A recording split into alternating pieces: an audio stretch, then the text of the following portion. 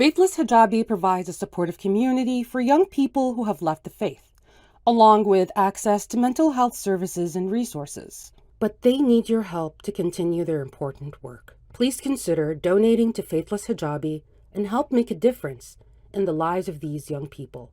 Together, we can provide them with the support they need to heal and thrive. All right. Well, coming up, guys, now we have a whole squad of people joining us. This is going to be a very exciting conversation, and it's gonna revolve around what we've been discussing about this conflation of criticizing Islam and criticizing Muslims as a people. And this is something that we've been dealing with, particularly here in the West, of how do we talk about this? It's really difficult. But we found some great people to have this conversation with.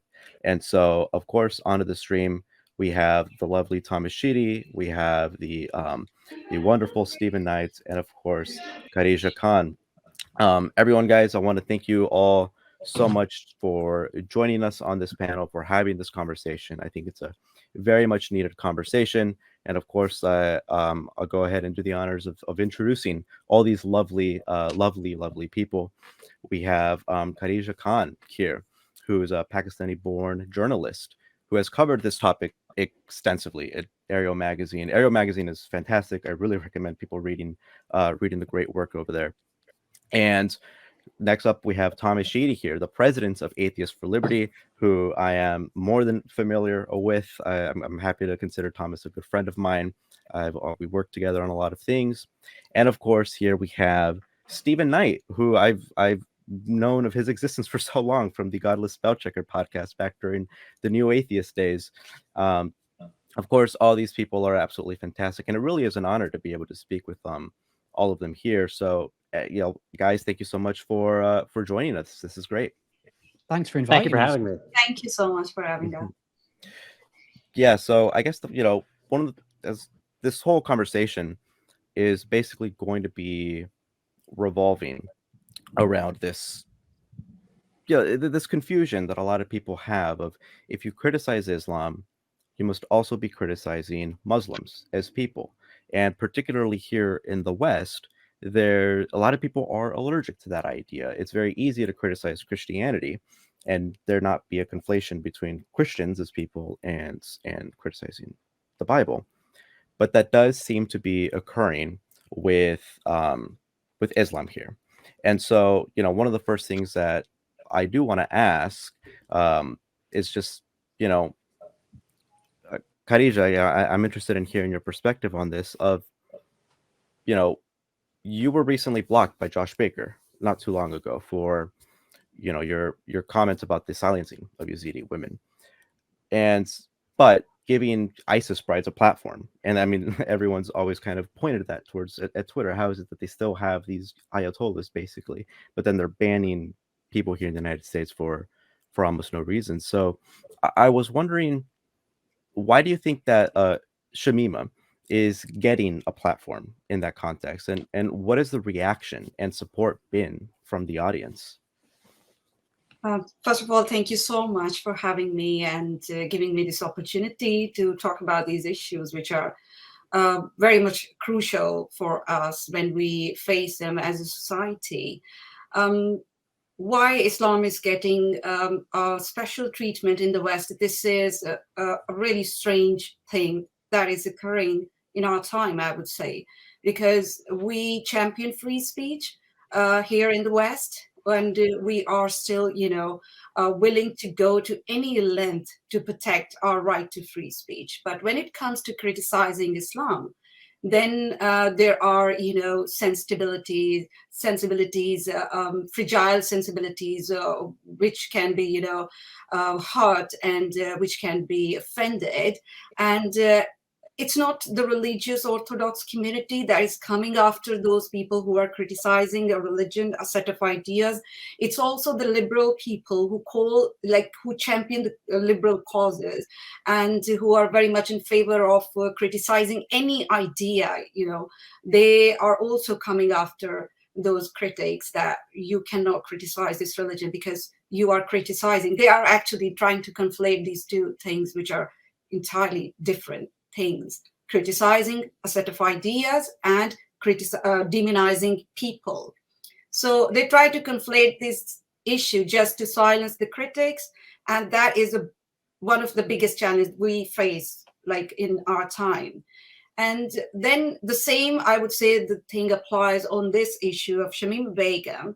If Shamima Begum wasn't a Muslim, woman, or she wasn't from the Muslim background, so we would be, allowed to criticize her for her, actions, vicious actions, I would say, wild actions that she has been accused of.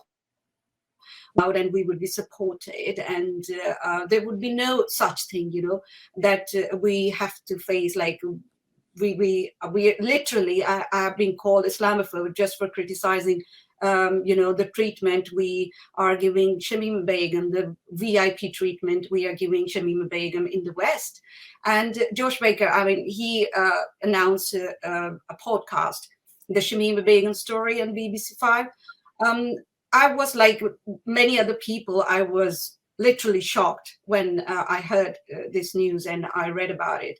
And then I had my doubts. I knew that this would be another effort, to just paint her as a victim, and just to shift all the, criticism into sympathies for Shamima Begum, and just try to, just make her look like a victim so that she can be brought back and she can be, rehabilitated or whatever they intend to do. So for me, it was a shocking thing, and I expressed my doubts, and on social media, and particularly with Josh Baker, when I tagged him, I just asked him a couple of questions, because for me, like, this podcast is not going to include Yazidi women's narrative on this issue. And since then, when they announced this podcast, I've been, following each and every detail about this podcast. I've been listening to each and every episode, just to be sure that I was right to say that it is another effort to silence Yazidi women, who are the real victim of IS.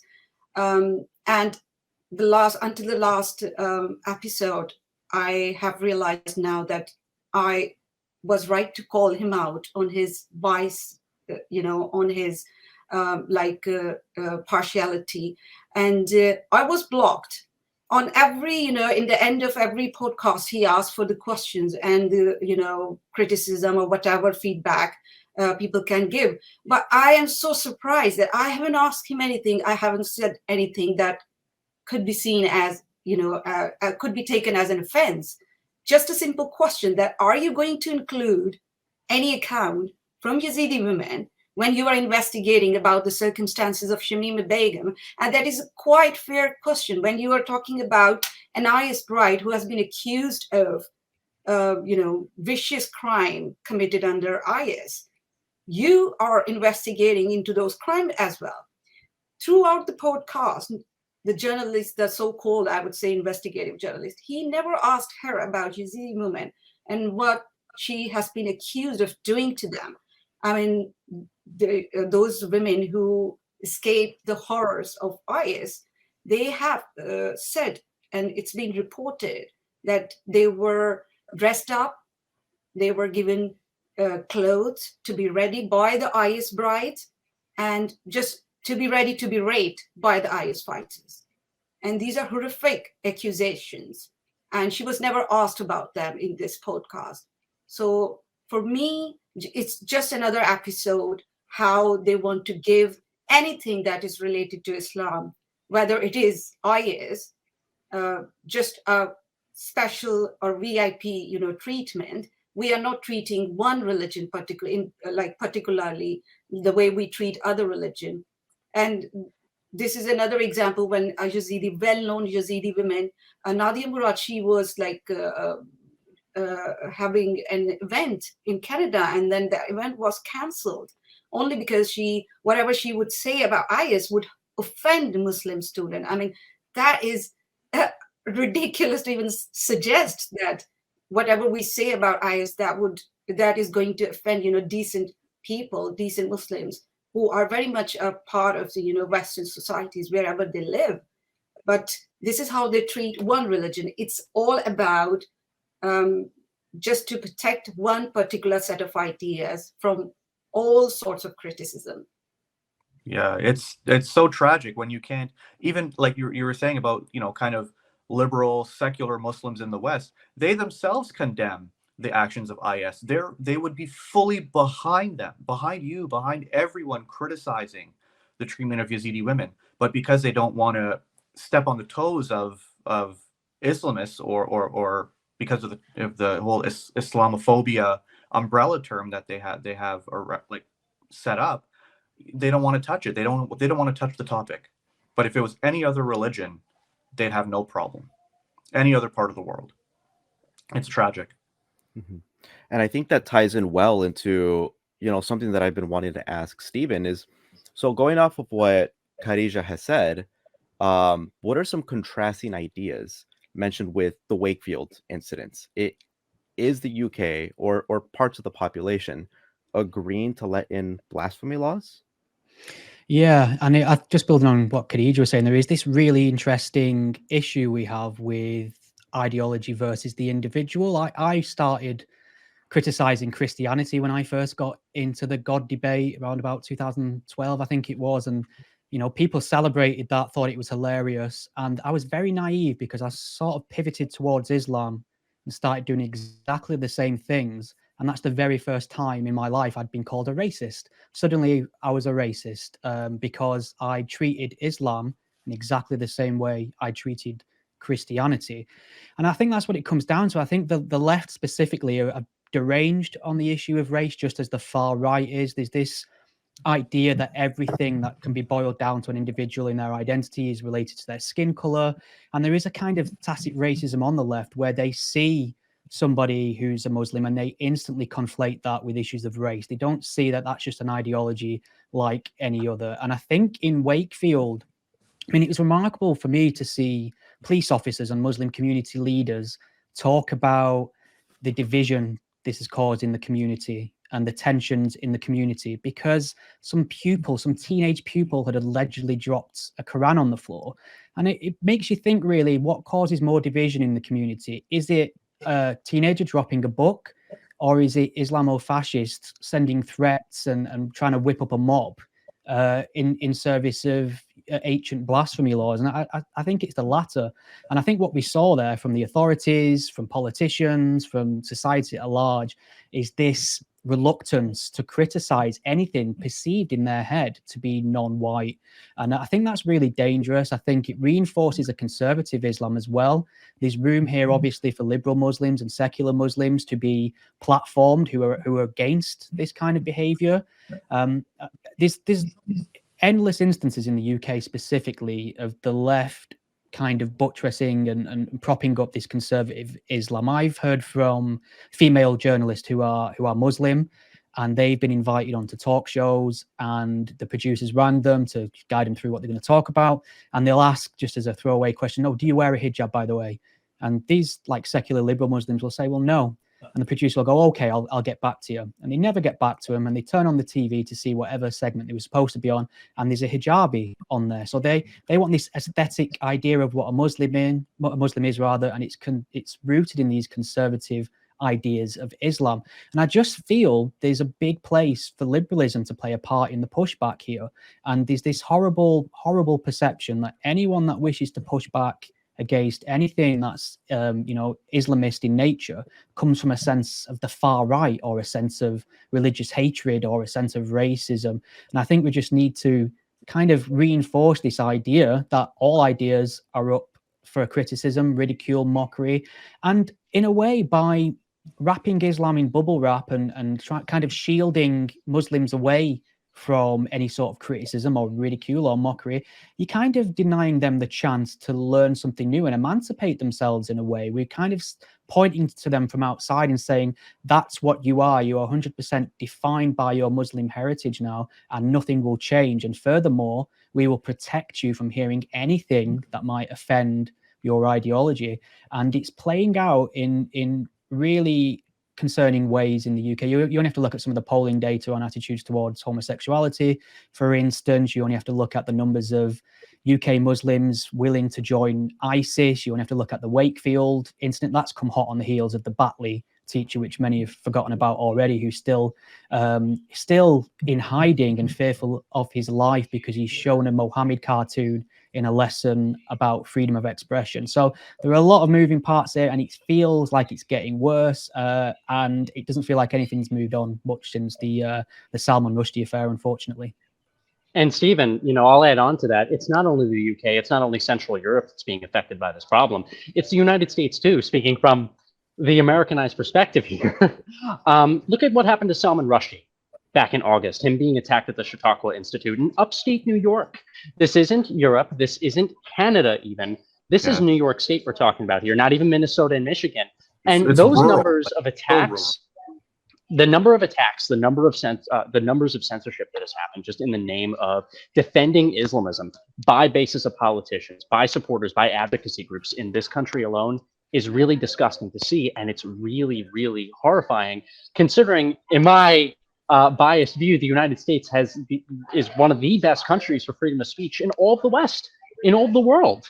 And overall, we're starting to see more and more of our actual freedoms, our secular liberties, trumped in the name of this so-called diversity of if you criticize anything that remotely relates to any population that's a majority brown, or you criticize the Islamic religion like you criticize the Christian religion, therefore you're going to get attacked. It's one of the reasons why I happily joined the Clarity Coalition a few months ago and participated in their global seminar, because even in the United States, we're going to see the same issues happening in Europe, the same amount of attacks pick up here across the 50 states. And it's really, really scary. And one other point I'm going to mention on this topic, take a look at the United States atheist community, right? The community that helped bring new atheism into prominence around the world when 9/11 hit.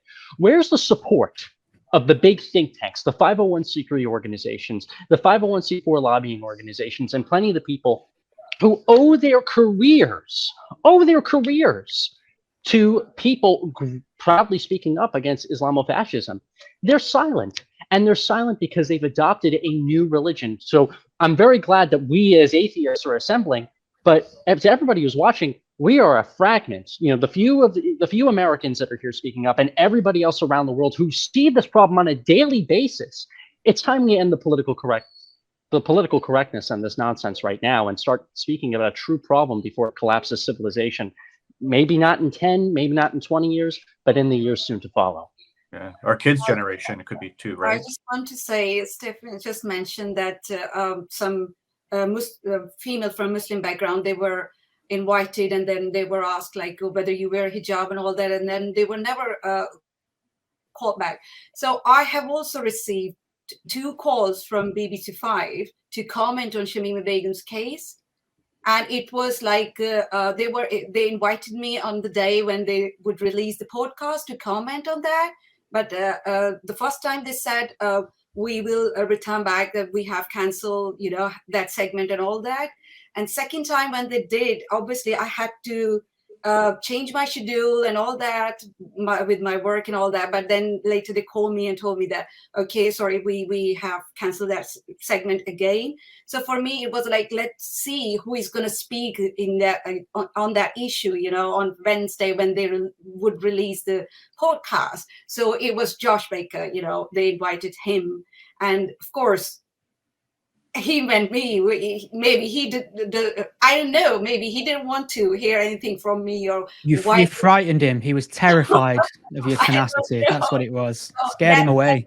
To me as well. I never mentioned this on social media because for me it was like, it doesn't matter to me that you have canceled that twice, but that speaks volumes about their integrity, how they are leaning towards one biased and partial narrative, in this case, that they want to listen to from those people who want to talk about only Shamima Begum's victimhood, not about, what she did and why it is necessary that we listen from the victims who were affected by what she did. So that's how they work. Stephen, you brought up something that I'm interested in kind of opening up a bit more. You said that a solution to probably, a lot of this, a lot of these concerns that we're raising is probably embracing liberalism more. And liberalism, not to be confused with the more progressive sort of left-leaning progressive viewpoints that have been basically that we're criticizing. But a return to liberalism could really help us out here. Do you believe that? Do you see a possible future in which that can actually be achieved? Because that word has, people are saying that word very negatively nowadays, especially on college campuses, especially in a lot of these very far left-wing circles. They're very, very angry against the idea of liberalism and against the idea of individualism. Do you think we need to find something else, some other political sort of, viewpoint or ideology, for lack of a better term, or can we convince them to come back to liberalism? Well, that's a great question. And noting that liberalism has pretty much become a pejorative, which I think has been entirely earned by the way the so-called progressive left have behaved over the last 10 years or so, for sure. When I talk about liberalism, I think the response to a lot of these liberal things, which is what they are, is some staunch liberalism. And to me, that means reinforcing ideas such as individual freedom, freedom of expression, freedom from and to religion. All these things, I think, can be defended under the guise of liberalism. I think liberalism now has been replaced with some kind of wishy-washy idea of inclusion and diversity. And we kind of pick and choose what can and can't be criticized based on where they fit in the sort of intersectional structure, and skin color appears to be at the top at the minute. I think it's currently in a battle to the death between that and transgenderism. I think it'd be interesting to see who wins out there. But I'm quite pessimistic, unfortunately, about a resurgence of liberalism, staunch liberalism. I think, unfortunately, and what is terrifying to me is the idea that perhaps some sort of hard right ideology will be popularized, some sort of return to a sort of staunch national populism, a response to this kind of problem. And that's a shame. And I think we saw that with the election of Trump. I think we've seen that a little bit with the Tory rule in the UK. I'm not saying the hard right or by any means, but this idea that when the average voter sees a problem not being dealt with, they often panic or reach for the first person who's making sensible noises on that issue. And unfortunately, a lot of the time when people are making sensible noises on this issue, they also have some rather nefarious attitudes towards other things as well, which you wouldn't want to place in power.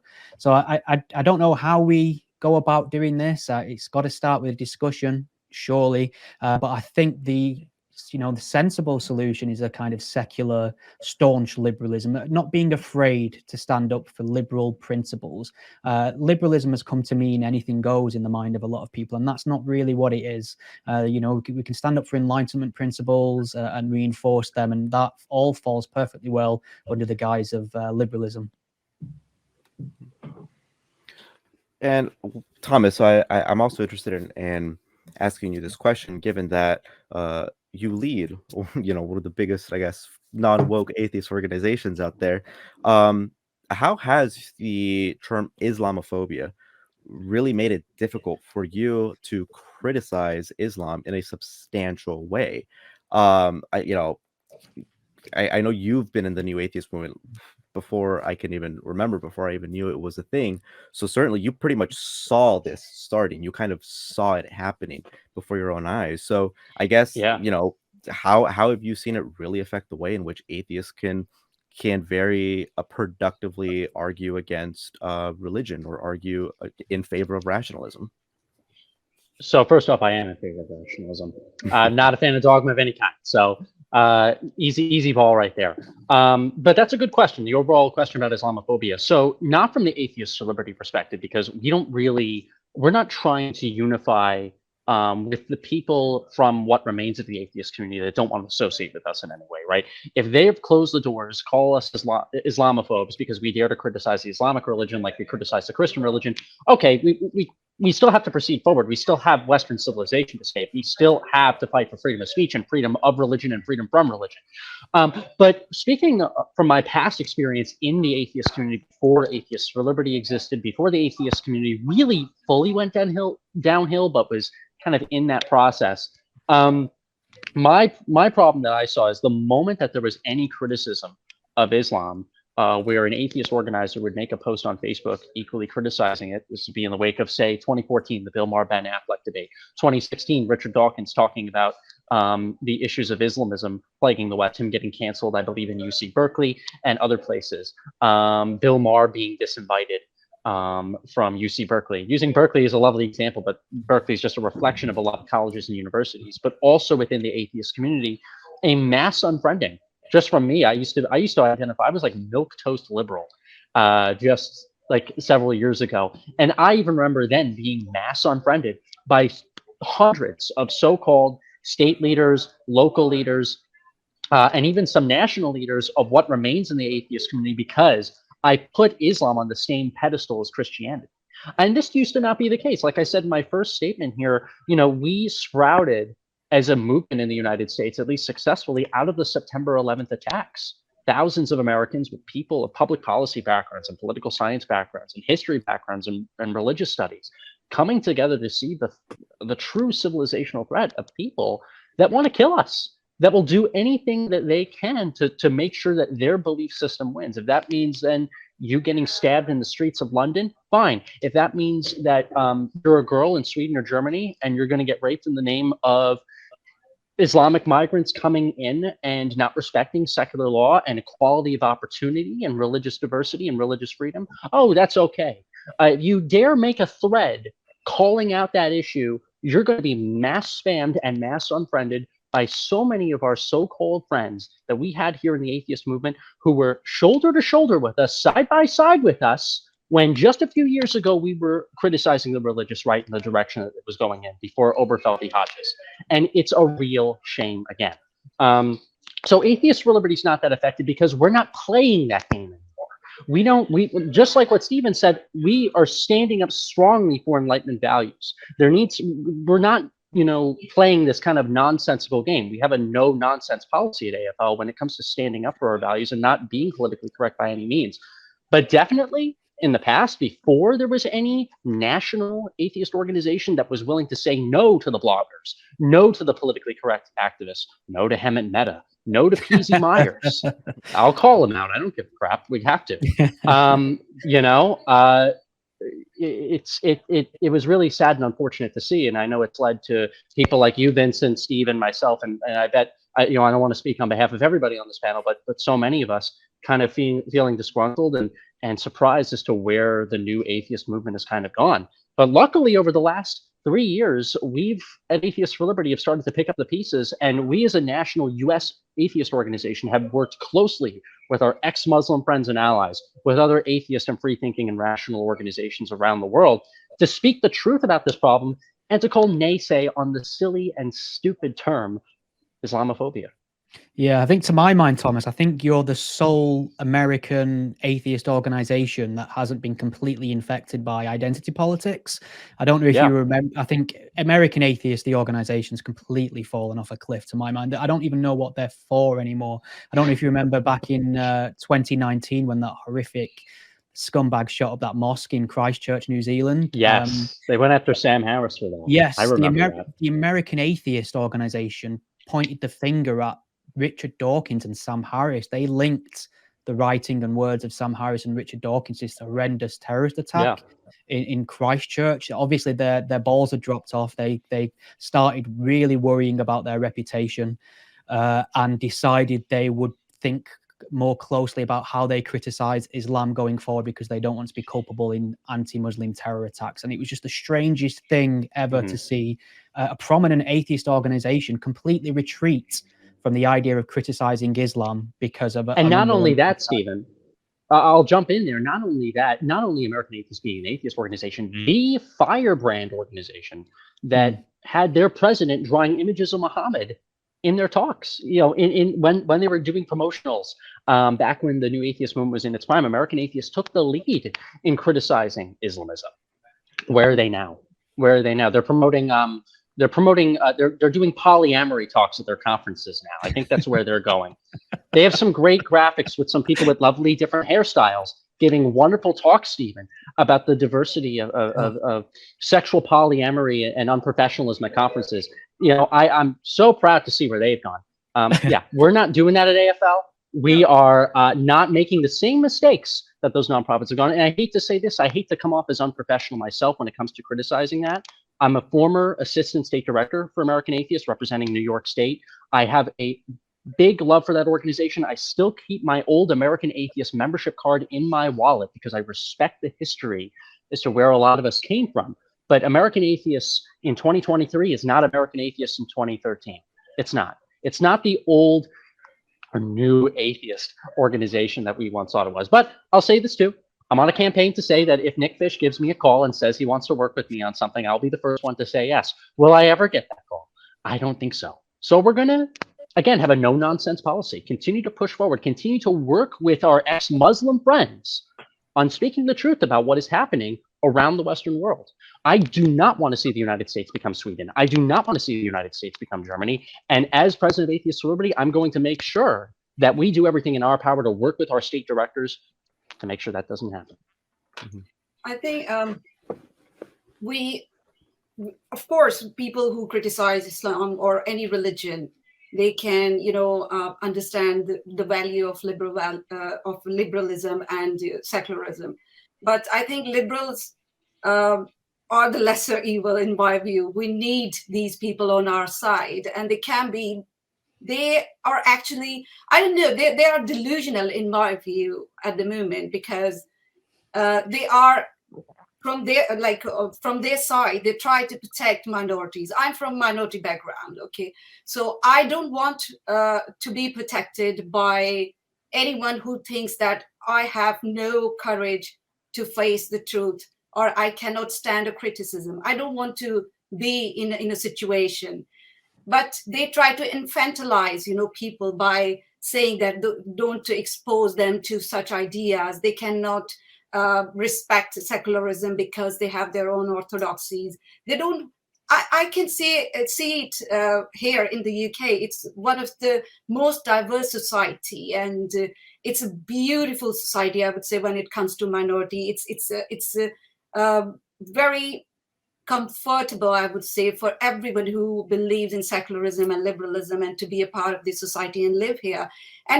But when we come to religious minority, we see that there are a section of those societies who are living in complete isolation. They have been infantilized to that extent that they are no more a part of the mainstream society. They are just living in complete isolation, and with their orthodoxies and all that. And these people who are liberals, and they have betrayed, I would say, their own values, their own principles. They are unable to see that they cannot, they are not protecting them. They are just doing no service, I would say, to those people. They are just pushing them more and more in isolation. So from my perspective, I want to have those voices on our side, so that we can make an effect, on the wider society, because we know that religious people are here, and here the freedom to practice your religion, I really appreciate it. Freedom from religion, I really appreciate it. But I don't want to live in a society where you are giving this sort of impression that you are free from religion, you have your right protected under the law of the land, but still you are not allowed to criticize one particular set of beliefs. So here, I think we have this situation. It's a predicament at the moment, but still, I at least hope, as you said, I don't want to speak on the behalf of all of you, but I really hope that these people, they would realize this soon and stop pushing these minorities into isolation and let them be a part of the mainstream society. Because as Stephen mentioned, identity politics. Yes, this is the thing. That is the problem of our age, I think. It's one of the biggest issue. And the problem is the far right and these liberal people, they are speaking the same language, I would say, the identity politics. And that is damaging, I would say, for those people who are from minority backgrounds, who are trying to, be a part of the mainstream society, because there are people who really espouse secular values within the Muslim communities in the UK, in the US, or in the Europe. But again, they are pushed back by these kind of narratives that, oh no, you cannot, put up with these, ideas. These are too much for you. So you need to be, caged, whatever your orthodoxies are. You need to live with them. Yeah, I think that's wonderfully said. One of the things that I've also been a bit concerned about is, we've talked about how a lot of people tend to get deplatformed whether we're talking about Richard Dawkins getting deplatformed for Berkeley, for what he said about Islam, or really just about, even big news organizations that originally invited you and then just kind of gave you the cold shoulder. And what concerns me is that a lot of this, the reasoning behind why they're doing this, isn't so much that they themselves believe that you should be deplatformed, or at the very least, there's enough where you could say they're doing it because they're just scared of public pressure. They're scared of what's going to happen to our organization if we let this person on. What's going to happen to the well-being and safety of the people that we employ. And so I think this is a much more concerning issue, because now it's not just a matter of trying to convince people that they should allow a platform to anybody that they think should have a voice. We're trying to convince people basically that they should kind of disregard any safety concerns that were probably legitimate that they should have. And I think that's a lot more difficult. And so I guess my question, I would say I'm probably going to throw the ball into the court of Khadija, given that, this is something that you yourself have dealt with, is how do we convince people to let people such as ourselves, let's say, go on the news organizations or go on some podcast or whatever it may be, if they have a legitimate safety concern? It's not just a matter of trying to convince them that we have a reasonable voice and that we're not what other people say that we are, but it's also it's also just making sure that they think that they're safe and that they won't have any social ramifications. How do we do that? That sounds like it's a lot harder. This whole concept of protecting people's, sensibilities, that concept, I find it really tragic and dangerous at the same time, because there was a time when in the West, when you were not able to criticize Christianity, and the people who dared to criticize Christianity, they were subjected to horrific, punishments, and they all caused offense. So if they had not caused offense, then we would not be enjoying all these freedoms in the West that we have right now. So danger is always, I would say, there, no matter how you try to manage things. But the tragedy is that the concept of protecting people's sensibilities have made it more worse, I would say, because when people who don't feel safe, like I myself, I really don't feel myself safe when I am going somewhere, like on some platform. I know that there would be some people who will come after, after me, when I'm going to criticize, so many things they hold dear to themselves. But this is the danger we are facing. I think those people who are breaking the norms and trying to criticize the mainstream narrative that is held by so many people who are in the position of power, I would say as well, because it's all about those who are having powers in their hands, but they are not doing, I would say, what they're supposed to do. They are not being on the side of those people who are upholding liberal and secular values. I think this is the foundation of Western civilization at the moment, but they are not on the side of those people. The authorities, they have, I would say, they have done a blind eye to what is happening around us. For them, it's like protecting sensibilities is more important to calm the situation.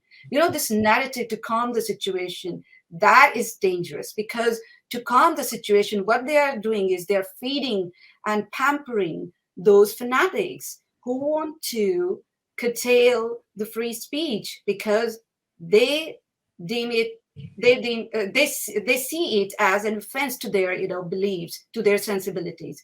So I think as long as the people who are in the position of power, they don't take a stand, it's very difficult for people like me to feel safe, because I know that if something happens to me, police is not going to be on my side. What happened in Wakefield incident, the police, the chief constable, I mean, he was standing right next to the imam and the teacher, the headmaster, and the imam was saying, who was literally giving sort of threatening, threats and all those things, which should be seen as as an alarm. He was just sitting next to him, and the imam was saying that the headmaster is agreed to work with us, with me, in order to educate kids about Islam.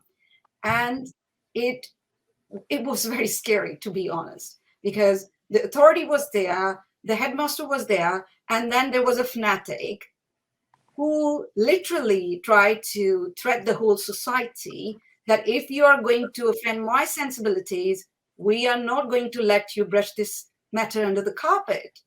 So this is the situation. We need support from those people who have power. But unfortunately, they are playing this game of political correctness, calm the situation, and try to sort things out. But what they are doing is getting the situation more worse and worse, I would say, as it happened in the UK. That first we have the incident in Bexley, then we have incident in the cinemas when they were banned to showcase the movie The Lady of Heaven, and then we had the protest outside the school gates in Birmingham, and now we have this Wakefield incident. I mean, this is getting worse, and literally we're going nowhere, because we still have no one in the position of power who can just show a backbone and just say that, okay, we're going to deal with this matter up front. For them, it's always calm the situation by appeasing fanatics. So that is the problem. Unless these people, they realize that they need to take a stand, a firm stand in this matter, I don't think so that people like us, we can ever feel safe when we are talking about these issues. But I think I just got to quickly interrupt. I'm pressed for time. I'm in a room that has a time limit, unfortunately. But I want to say, I'm so sorry for interrupting. I want to say thank you so much for having me. I know this has been planned months in advance. I really appreciate getting to give the Atheist Celebrity perspective on things, and I love the cause as to what this fundraiser is all about, and I'm looking forward to supporting Faithless Hijabi in the years to come. So thank you for having me, guys. I just got to bounce a little early, but appreciate for coming on. See ya. Oh, thank God. Thank God he's gone. What a terrible human being. Oh, unbearable. I'm kidding. I love Thomas. Go ahead, Khadija. Sorry. I was just saying that we should give ourselves a little credit that despite of all fears, all things that are going around, we're still speaking on this issue. It's a huge thing. And we are facing this threat wherever we go. I think that is a fantastic note to end this on. This has been absolutely fantastic. It's been an honor to be able to speak with both of you, Thomas as well, now that he's gone. But Mr. Stephen Knight, thank you so much for joining us again. I've been listening to your podcast for quite some time, and I think your episodes on veganism are underrated, I'll say. Oh, you were the one person who listened to those episodes. I finally found you. Wonderful. I'm gonna start. I'm an ex-Muslim vegetarian, so we're the minority. Wow, there you go. I appreciate you both, gentlemen. You've done a fantastic job hosting this panel tonight as well. Oh, appreciate it. And Khadija Khan as well. Thank you again so much. It's been an absolute honor. Everyone, thank you guys. This was fantastic. And again, links to everything for Khadija and Stephen in the description of the video below. once more, thank you guys so much for coming on. It was an honor. My pleasure. Thank you. Nice to see you again, Khadija, as well. Thank you so much.